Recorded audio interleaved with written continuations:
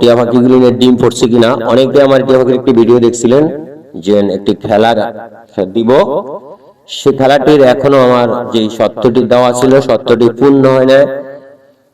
মে মাসের ভিতরে সত্যটি পূর্ণ হলে আমি মে মাসের 30 থেকে খেলাটা দিব। এই ভিডিওটি পুরো জানতে পারবেন আজকে লং একটি ভিডিওতে। এখন থেকে আমার ইউটিউব চ্যানেলে লং ভিডিও দেওয়া হবে, আপনারা সবাই লং ভিডিওগুলো সবসময় দেখবেন এবং আমার চ্যানেলটিতে যারা এখনো নতুন তারা চ্যানেলটি সাবস্ক্রাইব করে দিয়ে পাশে থাকবেন এবং পাশের বেল বাটনটি অন করে দিবেন যে নতুন নতুন ভিডিও সবার আগে আপনার কাছে নোটিফিকেশন পৌঁছে যায়।